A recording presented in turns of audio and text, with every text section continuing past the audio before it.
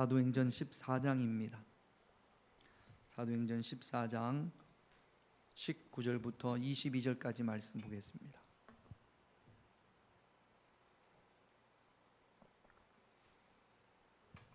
사도행전 14장 19절에서 22절.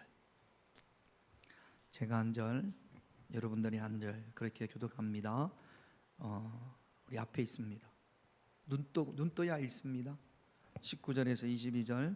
유대인들이 안디옥과 이고니온에서 와서 무리를 충동하니 그들이 돌로 바울을 쳐서 죽은 줄로 알고 시외로 끌어내치니라. 제자들이 둘러섰을 때 바울이 일어나 그 성에 들어갔다가 이튿날 바나바와 함께 더베로 가서 복음을 그 성에서 전하여 많은 사람을 제자로 삼고 루스드라와 이고니온과 안디옥으로 돌아가서 제자들의 마음을 굳게 하여 이 믿음에 머물러 있으라 권하고, 또 우리가 하나님의 나라에 들어가려면 많은 환난을 겪어야 할 것이라 하고. 아멘.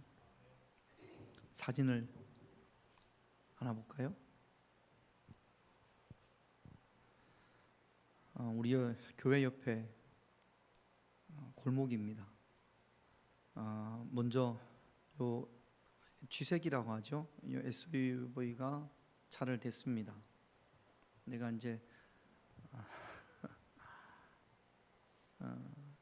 사무실에 우리 CCTV 모니터가 있으니까 이 차를 이렇게 댔어요. 보면서 저기 저렇게 되면 안 될 텐데. 조금 있다가 저기 주황빛 차가 여기 옆에 마트에서 주인인지 일하시는 분입니다. 늘 여분은 여기다가 차를 댑니다. 차를 댈 수가 없으니까 한 바퀴 돌고 또 한 바퀴를 대다가 여기다가 차를 딱 대시더라고요. 그리고 물건을 꺼내고 뭐 그럽니다. 이렇게 대놓고 이제 상황이 끝났어요. 어떻게 됩니까? 차들이 교회하고 아무 상관이 없는 일이에요. 그렇죠? 제 일도 아니고. 근데 차들이 왔다가 이제 도로에서 오는 차들은 왔다가 빵빵 대다가 되돌아가고 뭐 그런 상황에서 제가 내려갔습니다. 안 되겠구나 싶어서 내려가서 제가 요 SUV 차가 잘못이 있어요, 없어요? 없어요. 여기도 흰색 줄이 꺼져 있습니다. 양쪽 다 흰색 줄이 꺼져 있어요. 흰색 줄이 꺼져 있다라는 것은 주차가 가능한 겁니다. 그래서 내가 내려갔더니 차 한 대가 들어왔어요. 젊은 친구가 딱 내리더니 화가 났습니다. 제가 오니까 차주 되십니까? 그래서 아니라고. 그랬더니 첫 마디가 뭐냐면 교회가 차를 여기 대놨구만. 교회하고 아무 상관이 없어요. 그래서 아니라고. 교회 차 아니라고. 그래서 이제 제가 전화를 했어요. 여기 차 때문에 차들이 지금 많이 막힙니다. 그랬더니 아니 옆에 공간이 있지 않냐? 안 빼주려고 해요. 옆에도 차가 대져 있다. 아니 그게 뭐 나하고 무슨 상관이냐? 내가 먼저 댔는데 교회 옆에 댔다고 그러냐? 그렇게 이야기합니다. 그래서 이제 그게 아니다. 그래도 오시라고 해가지고 어떻게 상황이 정리가 됐습니다. 교회하고 아무 상관이 없어요. 우리 교인들은 여기 차 안 댑니다. 오래전에 우리 이정은 집사가 돼가지고 내가 깜짝 놀래가지고 얼른 차 빼라고, 여기 되면 안 된다고 그래가지고 얼른 뺐어요. 그리고는 여기 혹시 차 대시는 분 있습니까? 우리 여기 안 돼요. 그런데 이 두 차 때문에 막힌 차도 어디를 봅니까? 교회를 봐요. 교회가 차를 여기 댔다고. 그리고 자기 차를 빼라고 하는, 불편하잖아요. 식당에서 밥을 먹는 모양이에요. 나중에 온 거 보니까 이 사람도 누굴 봅니까? 차 빼라고 하니까 어디를 봐요? 교회를 봅니다. 교회를 향한 부정적인 시각, 일반적인 사람들의 모습이에요. 우리는 여기 차를 댄 적이 없습니다. 차를 대지도 않아요. 그런데도 불구하고 다 교회를 손가락질합니다. 일정 부분 교회가 우리 세상 사람들에게 그렇게 부정적인 인식을 제공한 부분이 있어요. 좀 이기적이고 자기들만 옳다고 하고 은근히 얄미운 짓을 교회 다니시는 분들이 많이 했습니다. 그렇지 않다고 하더라도 제가 이 일을 겪으면서 우리가 감당해야 될 부분이겠구나. 이런 부분은 교회가 이것 때문에 화가 내고 왜 교회를 뭐라 그러냐, 교회가 무슨 잘못이 있냐, 이렇게 할 게 아니라 교회가 일정 부분 감당해야 될 부분이고 예수 믿는 사람들이 감당해야 될 부분이라고 생각을 합니다. 예배를 못 드리게 한다거나 복음을 막는다거나 그런 일이 아니면 우리도 육신의 몸을 가지고 있기 때문에 무한대로 배려할 수는 없어요. 양보할 수는 없어요. 그런데 조금만 여러분들이 하는 데서 조금만 더 우리 믿는 사람들끼리도 조금만 더 배려하고 믿지 않는 사람들에게 조금만 더 양보하고 배려할 수 있는, 그런다고 교회에 대한 인식이 달라지진 않을 겁니다. 마귀는, 사단은 늘 언제나 교회를 공격해 왔고 예수 믿는 사람들을 공격해 왔습니다. 제가 별것 아닌 작은 일이지만 딱 내리자마자 차 주세요? 교회가 차를 대놨구만. 교회 옆에 댔다고 그러세요? 하는 것 보면 이렇게 세상 사람들은 교회에 대해서 부정적인 시각을 가지고 있구나. 그래서 우리가 별 힘이 안 되겠지만 저와 여러분들이 우리 주변에 있는 사람들에게 조금이라도 교회에 대한 부정적인 인식이 조금이라도 바뀌어질 수 있도록, 이만큼 부정적인 시각을 가지고 있다가 이만큼만 가지고 있을 수 있도록 우리가 조금만 더 양보하고 배려하고 관용을 베풀고 친절을 베풀 수 있는, 아까도 말씀을 드렸습니다만 무한대로 할 수는 없어요. 그러나 조금만 더 배려하고 관용을 베풀 수 있는 그런 저와 여러분들이 되셔야 될 줄로 믿습니다. 우리가 계속 사도행전을 보고 있습니다. 루스드라에서 날 때부터 발을 쓰지 못했던 사람이 바울에 의해서, 바울이 전하는 말씀을 듣고 믿음이 생겨서 치유를 받았습니다. 그 일을 통해서 바울이 루스드라에서 많이 복음을 전합니다. 그리고는 성공적으로 끝났으면 좋겠는데 19절을 한번 볼게요. 19절 같이 있습니다. 유대인들이 안디옥과 이고니온에 와서 무리를 충동하니 그들이 돌로 바울을 쳐서 죽은 줄로 알고 시외로 끌어내치니라. 안디옥에서 선동하는 사람들이 있어서 바울이 쫓겨났습니다. 이고니온에서도 선동하는 사람이 있어서 바울을 돌로 치려고 해서 도망쳐서 지금 루스드라에 왔어요.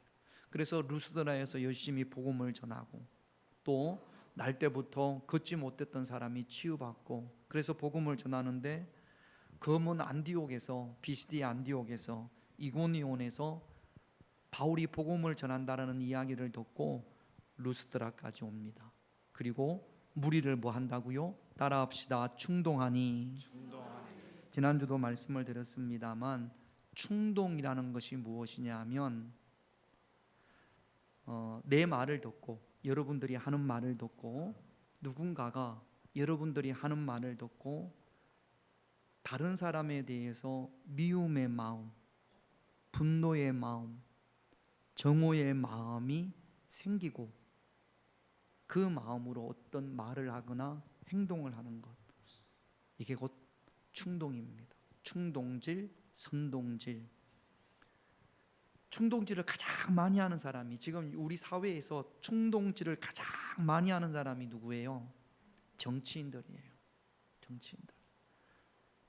어떻게든지 이재명 대통령 미워하게 만들고, 어떻게든지 윤석열 전 대통령 미워하게 만들고, 그리고 거기에 부추기는 사람이 누구예요? 유튜버들, 정치 유튜버들.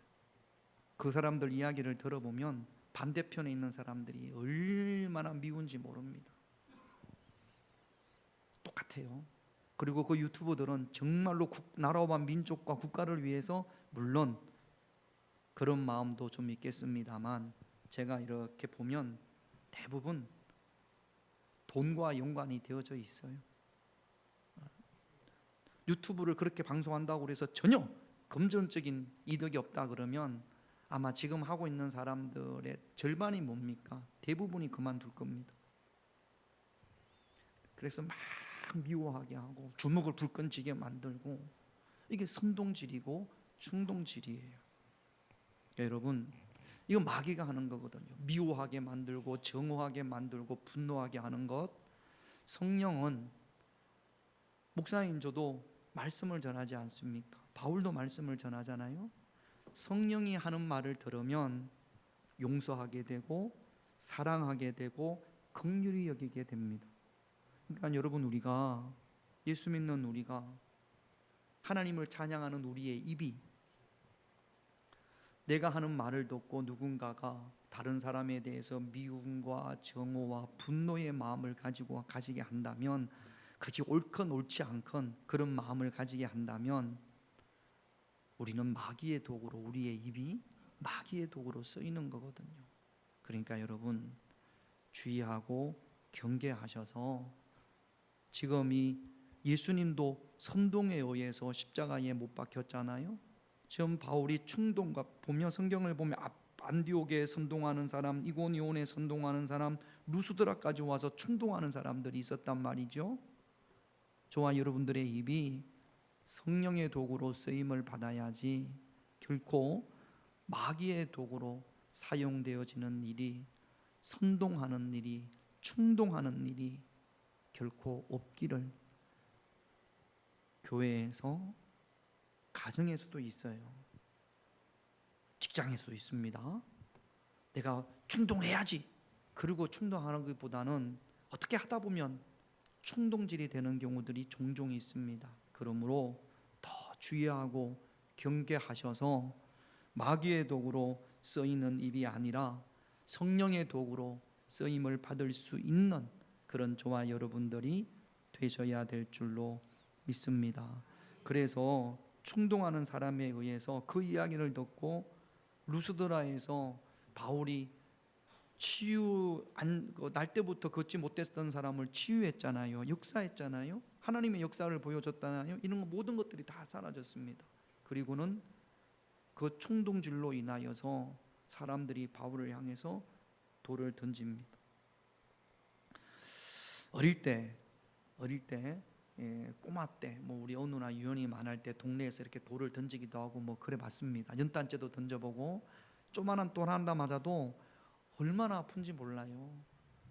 근데 바울이 얼마나 돌에 맞았든지 돌을 던진 사람들이 오늘 말씀에 보면 죽은 줄로 알았습니다. 죽은 줄 알고 시외로 끌어다가, 동네 밖에 끌어다가 버렸단 말이죠. 더 이상 못 살 것 같아요. 죽어서 이제는 죽을 것 같아요. 죽은 건 아닙니다. 죽을 것 같아요.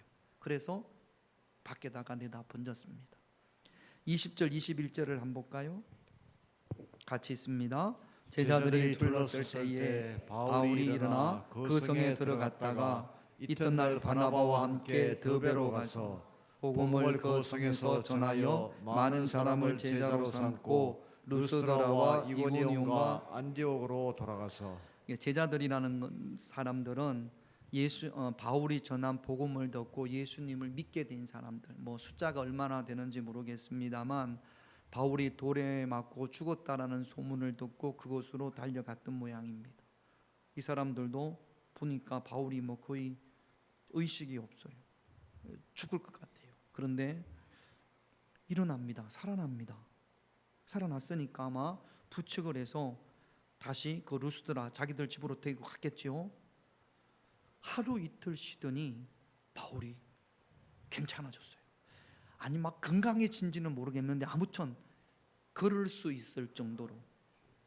그러더니 더 이상 루스드라에서는 복음을 전하지 못하고 더베로 가서, 그 옆에 동네인 더베로 가서 복음을 전합니다. 저는 이 본문을 보면서 제가 한 가지 또 느끼는 것은, 성경은 있는 그대로를 기록하고 있습니다. 죽었다고 할 수도 있잖아요.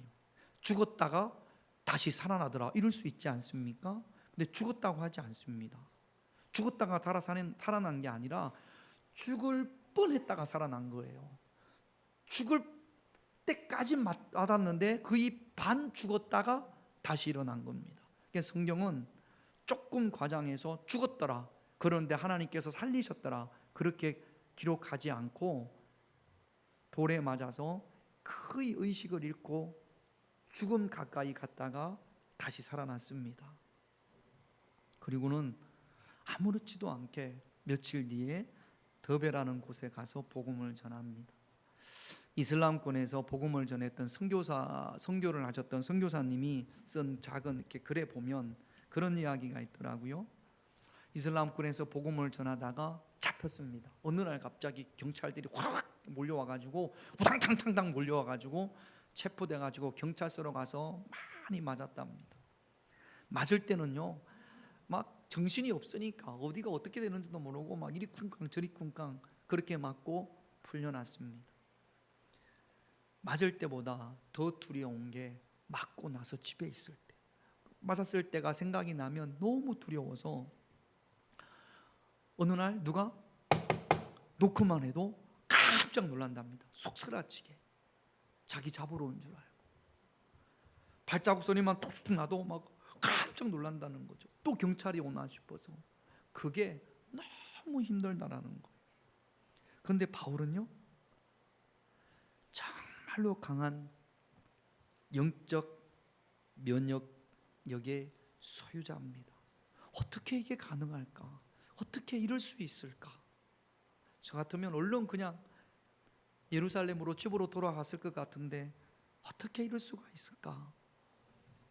바울은 잘 준비된, 복음을 위하여 준비된 사람이었기 때문에 이렇습니다. 자, 요 바울을 설명하면서 제가 하나 아브라함의 이야기를 한번으로 설명을 해볼게요. 창세기 22장 1절을 볼게요.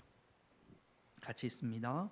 그 일 후에 하나님이 아브라함을 시험하려고 그를 부르시되 아브라함아 하시니 그가 이르되 내가 여기 있나이다. 하나님이 어느 날 아브라함을 부르십니다. 아브라함아. 그랬더니 아브라함이 내가 여기 있나이다. 자, 우리 애들한테 제가, 우리 하민이 엄마가 심부름을 좀 시키려고 아무개야 불렀을 때, 뭐 하민아 영민아 불렀을 때 방에 있다가 하민아 그러면 예 하는 거 하고, 하민아 그랬을 때 왜요? 또 왜요? 하는 거 하고 같습니까? 틀립니까? 예 하는 거는 무슨 말씀을 하시든지 제가 들을게요, 그런 의미가 있습니다. 근데 왜요? 또 왜요? 이거는 안 듣겠다라는 이야기거든요. 내가 여기 있나이다 라는 아브라함의 대답은 하나님, 제가 순종하겠습니다. 제가 준비되어져 있습니다. 무슨 말씀을 하시든지 제가 순종할 준비가 되어져 있습니다. 그런 의미가 내포되어 있답니다. 영화 같은 데 보면 가끔 보면 그런 장면들이 있습니다.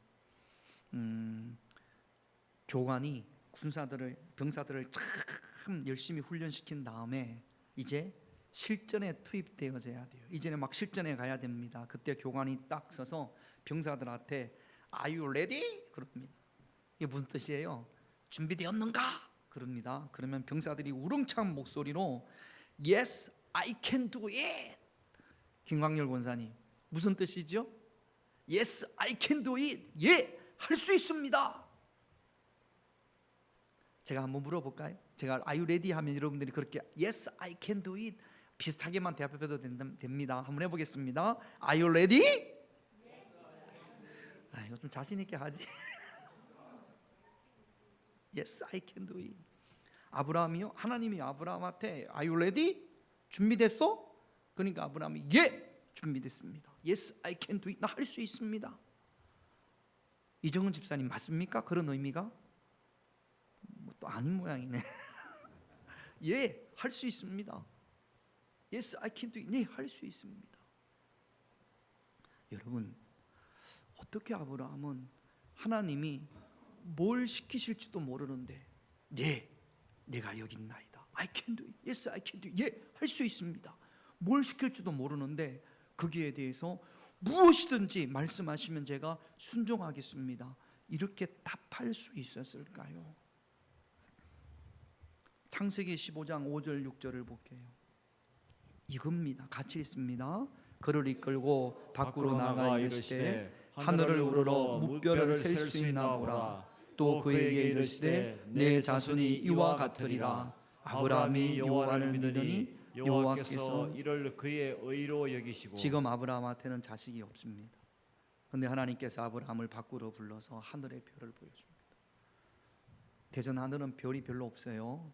그런데 지금 이 광야에서 하늘을 보면 별이 얼마나 많겠습니까? 셀 수가 없습니다. 근데 하나님께서 아브라함에게 내 자손이 이와 같으리라. 아멘!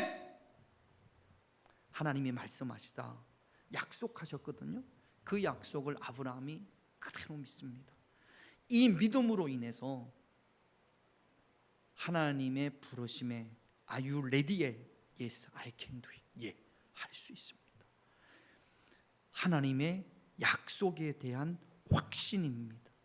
아브라함은 하나님의 약속에 대한 확신으로 준비되어져 있었습니다. 그렇기 때문에 어떤 고난도 어떤 역경도 능히 이겨낼 수 있는 거죠. 바울도 마찬가지입니다. 준비되어졌기 때문에. 그러므로 우리도 어떤 고난과 역경과 환난이 있더라도 저와 여러분들이 준비되어져 있다면 그 역경 가운데서 그 고난 가운데서 하나님의 도우심을 경험할 거고 하나님의 역사하심을 경험하게 될 줄로 믿습니다. 그러면 바울은 무엇으로 준비되어졌는지 로마서 1장 16절을 볼게요. 로마서 1장 16절 같이 있습니다. 내가 복음을 부끄러워하지 아니하노니 이 복음은 모든 믿는 자에게 구원을 주시는 하나님의 능력이 됨이라. 먼저 유대인에게요 그리고 헬라인에게로다. 복음에 대한 확신입니다. 복음은 모든 사람을 구원하는 하나님의 능력, 여기에 대한 확신이 있는 거예요. 여러분 바울의 스펙을 보면 바울은 로마 시민권을 가지고 있었고요. 참 그렇게 얻기 힘들다라는 로마 시민권을 가지고 있었고, 그리고 당대 유대인 사회에서 최고의 랍비였던 가말리엘이라는 랍비의 제자였습니다. 그리고 바리새인이었고 언어에 능통한 사람이었고, 그러니까 유대 사회에서는 엘리트 중에 엘리트입니다. 이런 바울이 예루살렘이 아닌 타 지역에 유대인들이 모인 회당에 가면 얼마나 환영받았겠습니까? 로마의 시민권을 가지고 있지요. 가말리엘의 제자지요. 바리새인 중에 바리새인이죠. 언어에 능통했지요. 그러니까 모든 사람이 존경할 만한 유대인 사회에서 엘리트입니다. 그런데 가는 곳마다 바울은 쫓겨나고 돌에 맞습니다. 왜? 복음 때문에. 예수 그리스도의 복음을 전하는 것 때문에. 그런데 바울은 엘리트 중에 엘리트였던 바울은 충분히 환영받을 수 있는 이 바울이 왜 스스로 쫓겨남을 선택했을까요? 복음에 대한 확신입니다. 이 복음은 모든 믿는 자들에게 구원을 주시는, 헬라인이 됐든지 유대인이 됐든지 야만인이 됐든지 누구든지 이 복음을 통하여, 예수 그리스도의 복음을 통하여 구원받음의 확신이 있었기 때문에, 그래서 바울은 고난을 자처한 겁니다. 그 복음만이 진리이기 때문에. 그래서 바울이 고난을 견딜 수 있었던 것은 이 복음에 대한 확신입니다. 우리가 이 땅을 살아가면서 우리에게도 여러 가지 고난과 환난과 역경이 있습니다. 그 고난과 환난을 이겨낼 수 있는 준비는 무엇으로 준비되어져 있어야 되느냐? 복음에 대한 확신입니다. 복음에 대한 확신이 없으면, 준비되어 있지 않으면, 그러면 마가와 같이 중간에 되돌아가는 겁니다. 결코 고난을 이겨낼 수도 없고, 결코 그 역경 가운데에서 하나님의 역사하심을 경험할 수가 없는 거죠. 바울에게는 또 하나 준비된 것이 있습니다. 로마서 8장 18절을 볼게요. 같이 있습니다. 생각컨대 현재의 고난은 장차 우리에게 나타날 영광과 좋게 비교할 수 없다. 없도다. 많은 고난이 있습니다. 이 고난은 앞으로 복음으로 인해서 바울이 가야 할 영광은 하나님의 나라 천국을 의미하는 겁니다. 그 천국의 영광과 지금 고난이 아무리 힘들고 어려워도 그 천국의 영광과는 비교할 수 없다라는 겁니다. 바울이 스스로 이 고난 가운데 뛰어들 수 있었던 것은 천국에 대한 확신이 있었기 때문입니다. 누가 흔들립니까? 이 땅에서 신앙생활을 하다가 흔들리는 사람이 어떤 사람들입니까? 복음에 대한 확신이 없는 사람, 천국에 대한 확신이 없는 사람이 바울처럼 흔들립니다. 신앙생활 중간에 마가처럼 이탈해서 집에 돌아가 버립니다. 그러나 복음에 대한 확신이 있는 사람, 천국에 대한 확신이 있는 사람, 복음의 확신으로 준비된 사람, 천국에 대한 확신으로 준비되어져 있는 사람은 어떤 고난과 역경도 막을 수 없습니다. 그러므로 저와 여러분들도 천국의 복음에 대한 확신으로 준비되어져 있어야 되고 천국에 대한 확신으로 준비되어져 있어야 될 줄로 믿습니다. 하나 더 살펴보면 21절 22절을 볼게요. 같이 있습니다. 복음을 그 성에서 전하여 많은 사람을 제자로 삼고 루스드라와 이고니온과 안디옥으로 돌아가서 제자들의 마음을 굳게 하여 이 믿음에 머물러 있으라 권하고 또 우리가 하나님 나라에 들어가려면 많은 환난을 겪어야 할 것이므로 더베까지 가서 1차 전도 여행이 끝납니다. 이제 자기가 출발했던 안디옥으로 돌아가면 돼요. 그런데 이 더베에서 비시디의 안디옥으로 바로 가는 길이 짧습니다. 근데 바울은요, 제가 금요일 날 왜 이렇게 바로 가지 않고 빙 돌아갔을까요? 그랬더니 가는 길이 없어서 그렇더라고. 근데 성경을 읽어보면 두 번째 전도 여행 때는 바울이 비시디 안디옥에서 더베로 바로 갑니다. 그 길이 있었어요. 그런데도 불구하고 빙 둘러서 간 건 좀 지금 21절 말씀에 보면 루스드라, 이고니온, 이 비시디 안디옥을 말하는 거거든요. 자, 루스드라에서 돌에 맞았습니다. 이고니온에서 돌로 던지려고 해서 도망쳤습니다. 안디옥에서는 쫓겨났습니다. 이런 곳에 다시 가고 싶겠어요? 안 가고 싶겠어요? 안 가고 싶지. 쫓아내고 돌로 던지려고 하고 이런 데를 누가 가고 싶겠습니까? 그런데 바울은요, 굳이 자기를 쫓아내고 돌로 쳤던 곳을 다시 갑니다. 아마 몰래 갔겠죠. 간 이유가 뭐냐 하면 22절을 보면 제자들이라고 일컬어지는 이 사람들은 예수 믿는 사람들.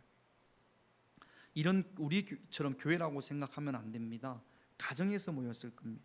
목장 예배 비슷한 곳이에요. 그 당시 교회는 가정에서 한 10명, 15명 그렇게 모였을 겁니다. 가서 그들을 만나기 위해서, 말하자면 예수 믿은 사람들 다시 신방한 겁니다. 마음을 굳게 하고 믿음 안에 머물고 그 다음에 천국에 가려면 많은 환난이 있어야 됨을 다시 한번 전한 겁니다. 신앙생활 하다가 처음에 열심히 교회를 다니다가 이런저런 역경을 만나면 흔들리는 경우들이 참 많거든요. 믿음 안에 머물지 못하고 교회를 떠나는 경우들이 종종 있습니다. 그래서 바울이 이제 막 예수 믿은 이 사람들을 다시 찾아가서 마음을 굳게 하고 믿음에 머물러 있고 또 많은 환난이 있음을, 여러분 예수 믿으면 복 받는다고 그러잖아요. 예수 믿으면 이런 복을 받고 자식이 잘 되고 뭐가 잘 되고, 물론 그런 경우들이 있습니다만 예수 믿음으로 인해서 환난도 많습니다. 바울이 예수 믿고 어떤 복을 받았습니까? 부자가 됐습니까? 아니면 높은 자리에 올라갔습니까? 바울이 전혀 그렇지 않거든요. 예수 믿으면 복음으로 인한 고난이 있습니다. 자,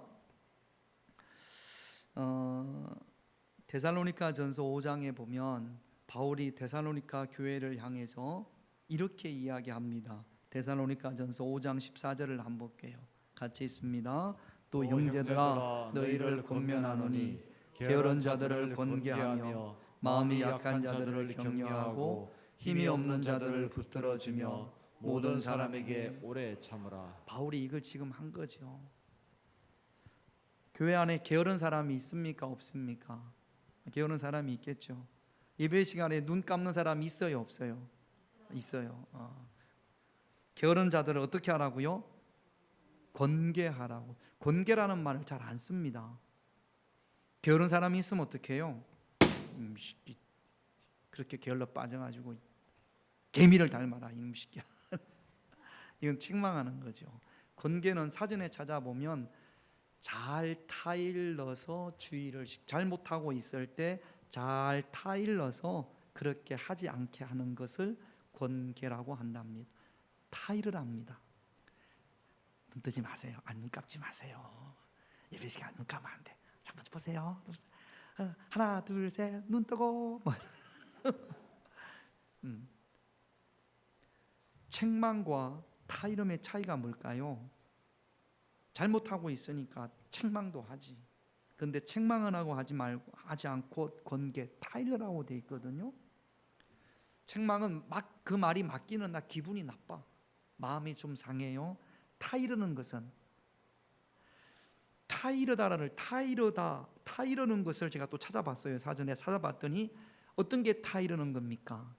잘 구슬려서 그게 타이르는 겁니다. 교회 안에 잘못하고 있는 사람이 있으면 책망하고 훈계하지 말고 어떻게 하라? 잘 구슬려서. 여기 보면 게으른 자가 있으면 권계하고 마음이 약한 자들이 있으면 어떻게 하라고요? 격려가 뭐예요? 잘할 수 있다. 위로하고 격려해 주랍니다. 그 다음에 힘이 없는 자들이 있으면 붙들어주고. 자, 저 보세요. 뭐 잘못하는 사람을 볼 때 똑바로 안 해? 이게 편해요? 잘 구슬리는 게 편해요? 구슬리는 게 편해요? 그냥 자녀들 뭐 잘못할 때 똑바로 안 해? 이게 편해요? 잘 구슬리면 힘들어요. 여기 또 마음이 약한 자들이 있으면 면역력을 가져야지. 강한 면역력을 가져야지. 이게 쉬워요? 아니면 아니야, 할 수 있어, 잘할 수 있어, 지금도 잘할 수 있어, 이게 쉬워요? 혼내는 게 쉽죠. 그래서 보면 권계하고 격려하고 붙들어 주려면 무엇이 있어야 돼요? 제일 마지막에 보니까 모든 사람에게 오래 참음이 있어야 돼요.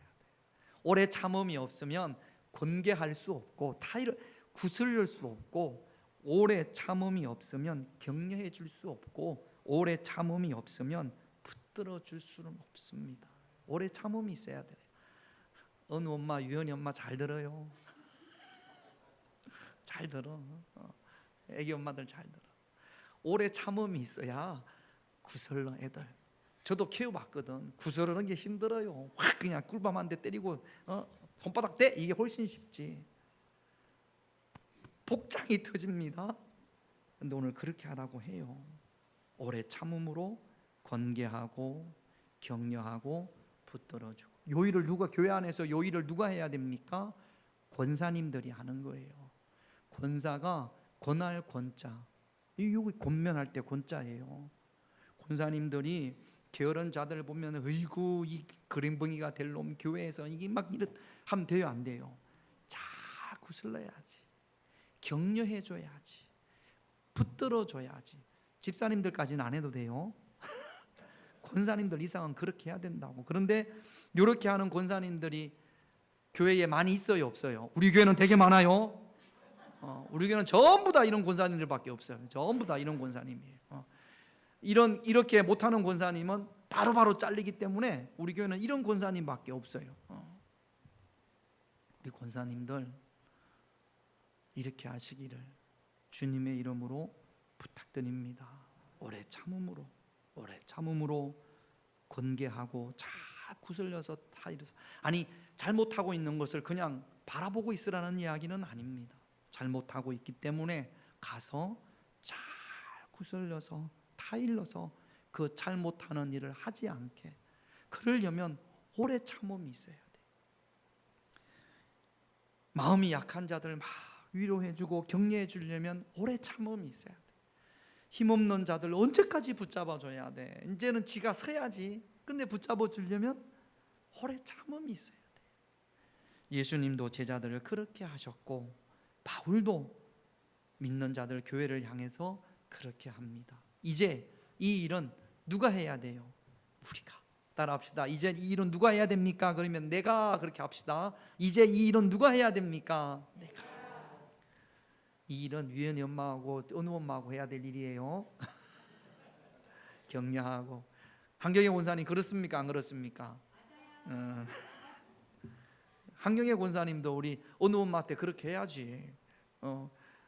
그렇죠. 내 딸이니까 권계하고 격려하고 힘이 없을 때 붙들어 줘야지. 다 컸으니까. 아무튼 우리가 교회 안에서 이런 역할을 감당할 수 있는 그런 좋아요. 권사님들이 되시길. 장로님들 말할 것도 없고요.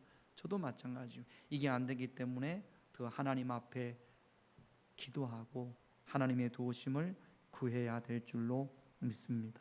이것이 준비된 우리의 모습이에요. 그래서 바울은 많은 고난이 있었습니다. 읽지는 않겠습니다만 고린도 후서에 보니까 바울이 뭐라고 이야기하냐면 옥에 갇히기도 하고 매도 수없이 맞고 죽을 뻔도 하고 40에 하나 감한 매를 5번 맞기도 하고 태장으로 맞고 3번 태장에 맞고 돌에 맞고 3번 파선하고 또 강도의 위험과 광야와 바다와 거짓 형제들의 위험을 당하고 엄청나게 많은 고난이 있었어요. 그런데 이 고난이 이렇게 말할 수 없는 고난이 있었음에도 불구하고 자기가 복음을 전하는 것은 아까 우리가 봤던 로마서 8장 18절 다시 안 보겠습니다. 이것 때문에 그렇습니다. 로마서 8장 18절 같이 읽습니다. 시작. 생각건대 현재의 고난은 장차 우리에게 나타날 영광과 좋게 비교할 수 없도다. 천국을 바라볼 수 있는 고난과 역경이 있을 때마다 우리를 위하여 준비하신 저 천국을 바라볼 수 있는 그런 저와 여러분들, 이 땅의 고난은 저 천국의 영광과 좋게 비교할 수 없는 줄로 믿습니다. 기도 제목 보겠습니다. 1번 같이 읽습니다. 바울처럼 준비된 사람이 되게 하옵소서. Yes, I can do it입니다. 아브라함처럼 바울처럼 준비된 사람이 되게 하옵소서. 왜요? 이게 아니라 제가 여기 있나이다. Yes, I can do it 할 수 있는 준비된 사람이 되기를 기도하십시다. 준비된 사람을 하나님께서 사용하시는 거예요. 두 번째, 무엇으로 준비되어야 되느냐? 2번 같이 있습니다. 복음에 대한 확신으로 준비되게 하옵소서. 예수님이 십자가에 피 흘리심으로 내 모든 죄가 깨끗이 사함받았다라는 복음이 하나님의 능력이라고 바울이 고백합니다. 복음에 대한 확신으로 준비되어져 있기를 기도하십시다. 3번 같이 있습니다. 천국에 대한 확신으로 준비되게 하옵소서. 현재의 고난은 장차 올 영광과 좋게 비교할 수 없습니다. 천국을 바라볼 수 있는, 하나님 나라를 바라볼 수 있는, 천국에 대한 확신으로 준비되어 있는 그런 저와 여러분들이 되기를 오늘 이 시간 함께 기도하기를 원합니다. 우리